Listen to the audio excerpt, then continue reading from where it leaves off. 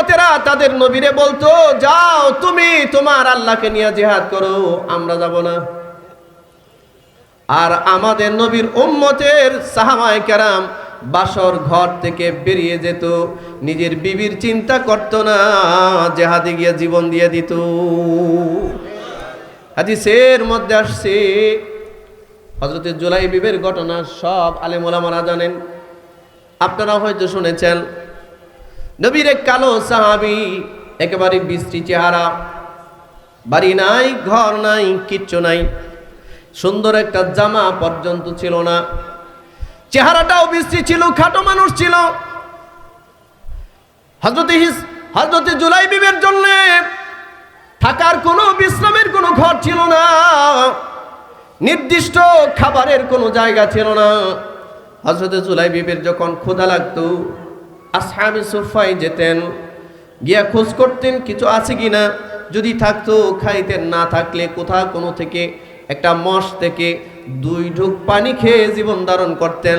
চেহারাটাও খুব ভালো না।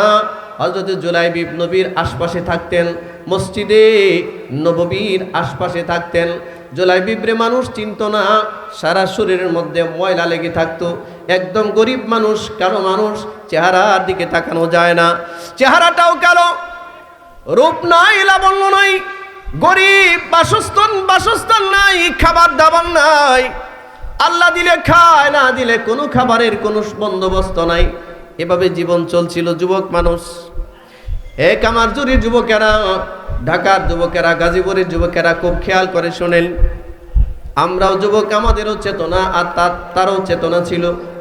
হযরত জুলাইবিব মসজিদে নববীর আশপাশ থাকেন, এমন গরিব সাহাবী হিসেবে কোনো সাহাবীর কাছে মূল্যায়ন ছিল না, অন্য কেউ ওনাকে জিজ্ঞাসাও করতো না বেশি একটা। গরিবের দাম আছে নাকি? কি বলেন? গরিবের কিন্তু মূল্য থাকে না, ঠিক না? পেলও থাকে না, জিজ্ঞাসা করে না কেউ। হযরত জুলাইবিব অন্যান্য সাহাবীরা খবর না নিলেও নবীজির প্রতিদিন তার খবর নিতেন। একদিন ডাকলেন, ডেকে বললেন, ও জুলাইবিব, কি খবর তোমার? বলে, আলহামদুলিল্লাহ। বলেন, আমরা যে হালতে থাকি কি বলবো? একটু জোরে বলেন। সম্পদ আছে, আলহামদুলিল্লাহ। সম্পদ নাই, তাও সুখে আছি, আলহামদুলিল্লাহ। একটু পেরেশানিতে আছি, তাও কি? জোরে বলেন, আলহামদুলিল্লাহ। ও আল্লাহর বান্দারা, জুলাইবিবকে রাসূল বলেন, জুলাইবিব, বিয়ে করবা না? যুবক মানুষ তো। রাসূল বলেন, জুলাইবিব, বিয়ে শাদী করবা না? জুলাইবিব হাসে আর বলে, ইয়া রাসূলুল্লাহ,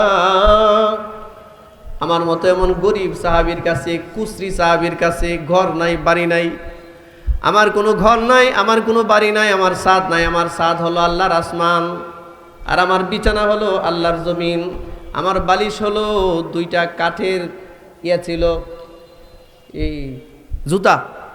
আগের মানুষ কাঠের জুতা পরতো। কিসের জুতা? এই কাঠের জুতার মাথা রেখে আমি ঘুমাই। কে দিবে আমার কাছে বিয়ে?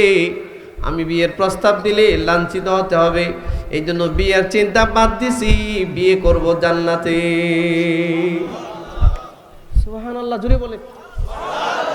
বিয়ের চিন্তা বাদ দিছি ইয়া রাসূলুল্লাহ, আমার অত সম্পদ নাই, চেহারা নাই, বাড়ি নাই, গাড়ি নাই, কিচ্ছু নাই, কে দিবে আমার কাছে মেয়ে বিয়ে?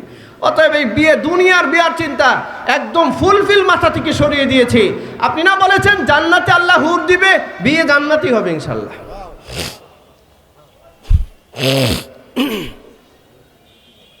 রাসূলুল্লাহ সাল্লাল্লাহু আলাইহি ওয়াসাল্লাম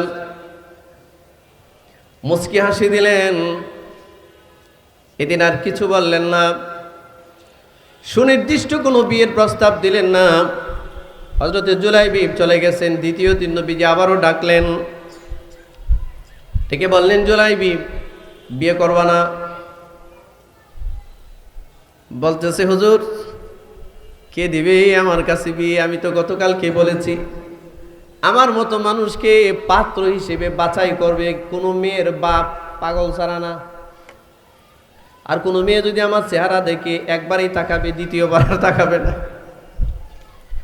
এমন একটা চেহারা আমার। সুতরাং বিয়ের চিন্তা বাদ দিছি। রাসূলুল্লাহ সাল্লাল্লাহু আলাইহি ওয়াসাল্লাম জুলাইবিবকে একটু পরীক্ষা করে। আজকেও কিছু বললেন না। তৃতীয় দিন নবীজি আবারও ডাকলেন, ডেকে জিজ্ঞাসা করলেন, জুলাইবিব বিয়ে শাদী করবে না নাকি?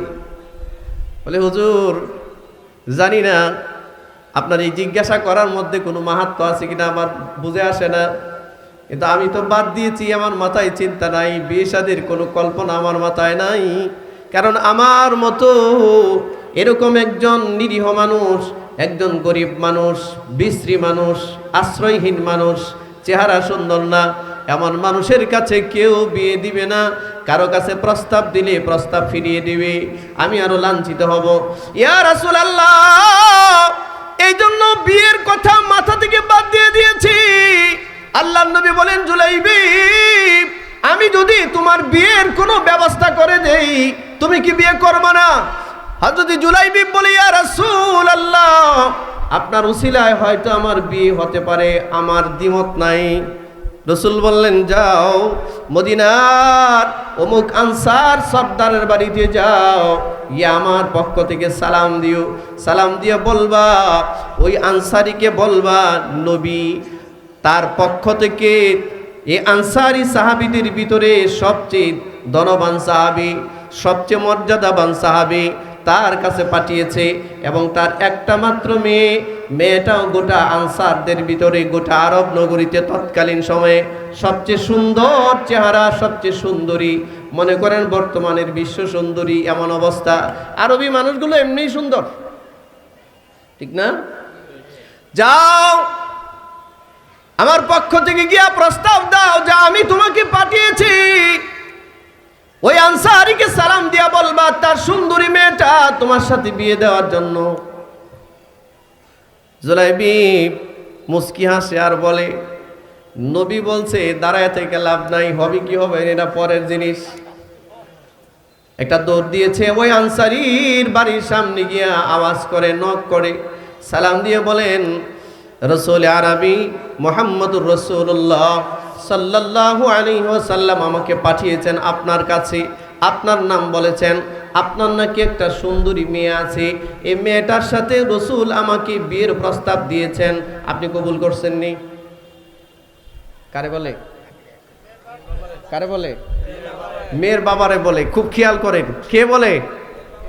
হযরত জুলাইবিব বলতেছে মেয়ের বাবারে যে রাসূল পাঠাইছে আপনার এই সুন্দরী মেয়েটার সাথে আমার সাথে বিয়ের প্রস্তাব দিয়ে পাঠাইছে, আপনি বিয়ে দিবেন, রাসূল পাঠাইছে।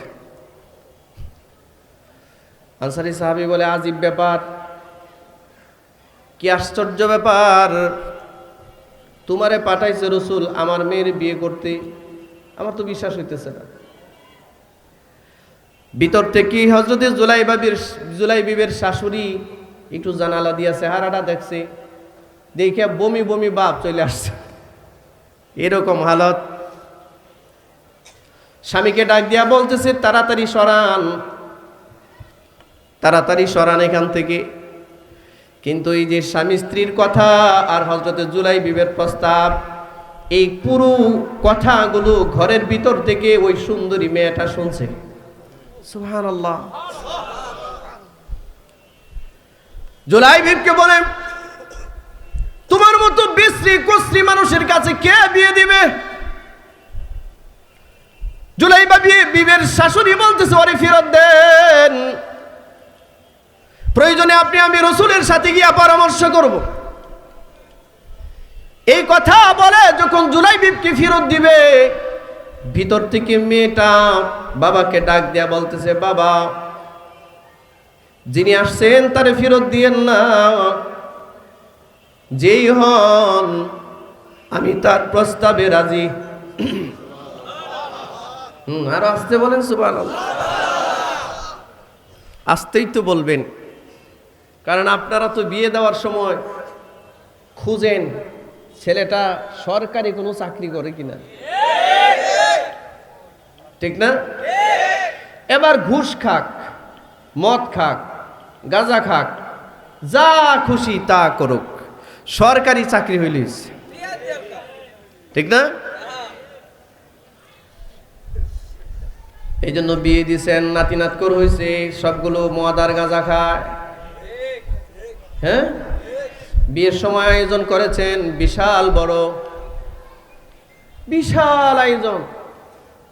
এলাকার এমন কোনো মানুষ বাকি নাই যে আসে নাই। আর সপ্তাহব্যাপী আপনার বাড়িতে গান আর বাজনা বাজছে, ঠিক না? এমন আয়োজন দিয়া আপনি একটা বিয়ের মতো ফরজ বিধান, নবীর সুন্নতকে কলঙ্কিত করেছেন। আপনি একজন মুসলমান, এই চেহারাটা আপনি রসুলের সামনে, হাউজে কাউসারের সামনে আপনি কিভাবে দেখাবেন এই চেহারাটা?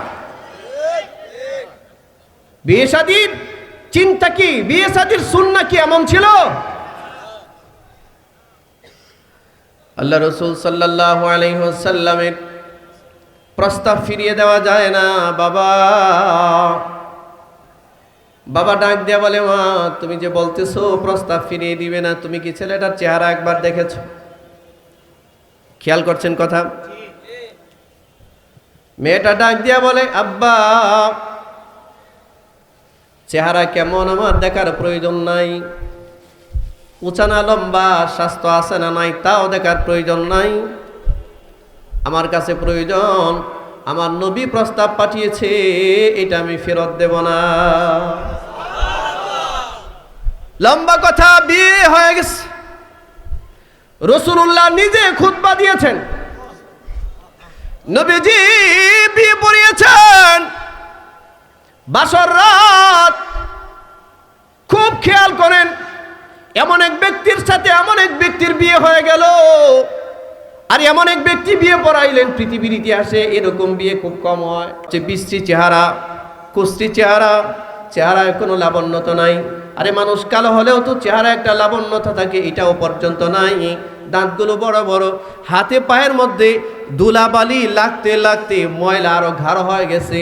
এমন একটা মানুষের সাথে বিয়ে দিয়ে দিয়েছে, যার বিছানা হইতো মাটি, যার ছাদ হইতো তার আসমান, যার বালিশ হইতো তার বালিশ হইতো তার পায়ের জুতা।